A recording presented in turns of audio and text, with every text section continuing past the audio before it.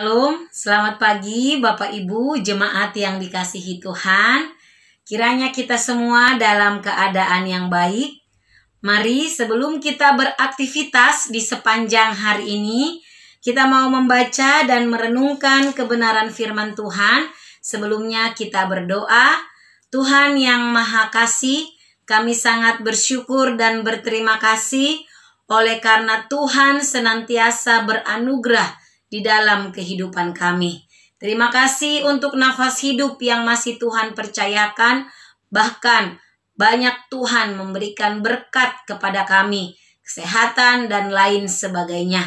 Sebelum kami beraktivitas ya Tuhan, kami mau kembali membaca dan merenungkan firman-Mu. Tuhan Yesus tolong kami. Amin.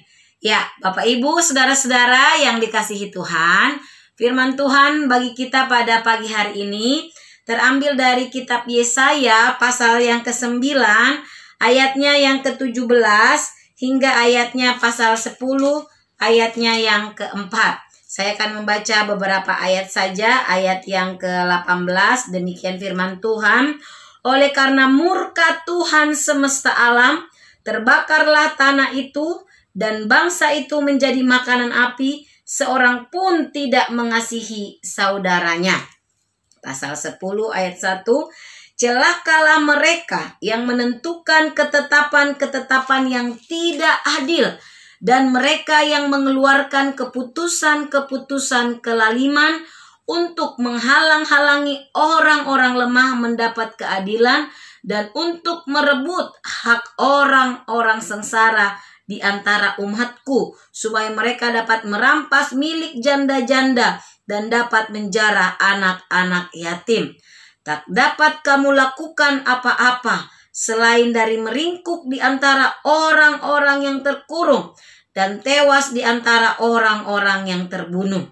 Sekalipun semuanya itu terjadi, murka Tuhan belum surut dan tangannya masih teracung.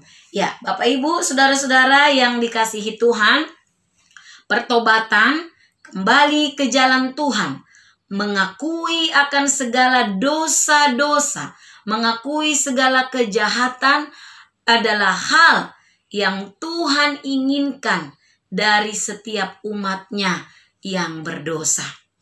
Tuhan senantiasa memberikan teguran kepada setiap umat yang sudah melanggar akan perintahnya. Namun seringkali ketika di zona nyaman, ketika merasa di puncak kesuksesan, teguran Tuhan itu tidak lagi dihiraukan. Hal inilah yang dilakukan oleh bangsa Israel Utara, umat Tuhan, umat yang dikasihi, umat yang dipilih. Namun ketika mereka sudah menjadi bangsa yang besar, ketika mereka di puncak kemakmuran, di puncak kesuksesan, mereka melupakan Tuhan. Para raja-raja, pemimpin-pemimpin tidak lagi hidup setia, tidak lagi hidup taat kepada Tuhan. Mereka dikatakan jatuh ke dalam dosa, hidup di dalam kejahatan. Bapak Ibu, saudara-saudara yang dikasihi Tuhan, di dalam bagian yang kita baca ini merupakan nubuatan bagaimana Tuhan akan menyatakan murkanya kepada umat yang tidak mau bertobat, kepada umat yang hidup di dalam dosa. Kalau kita perhatikan sampai 4 kali Alkitab berkata, sekalipun semuanya itu terjadi, murkanya belum surut dan tangannya masih teracung. Kita dapat lihat di ayat yang keempat yang tadi kita baca. Jadi sekalipun semuanya itu terjadi, murka Tuhan belum surut. Artinya Allah betul-betul murka terhadap umat yang tidak mau mendengarkan akan suara Tuhan. Hukuman Allah terhadap bangsa Israel Utara memuncak dengan dijatuhkannya hukuman yang sangat berat melalui tangan bangsa Asyur.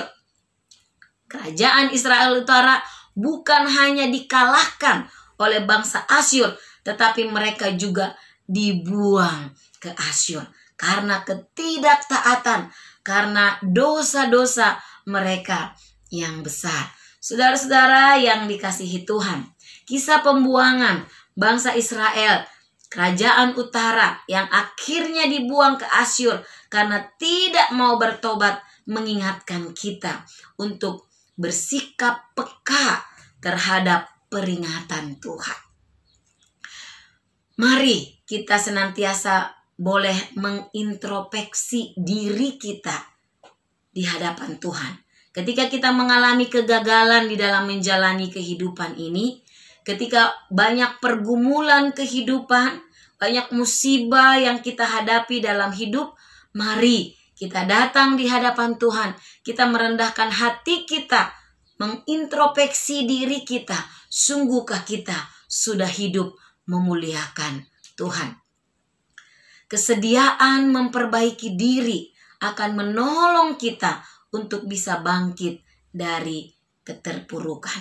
Kiranya kita makin dekat, kita makin peka terhadap suara Tuhan melalui doa dan firman, sehingga makin hari kita makin hidup sesuai dengan kehendak Tuhan.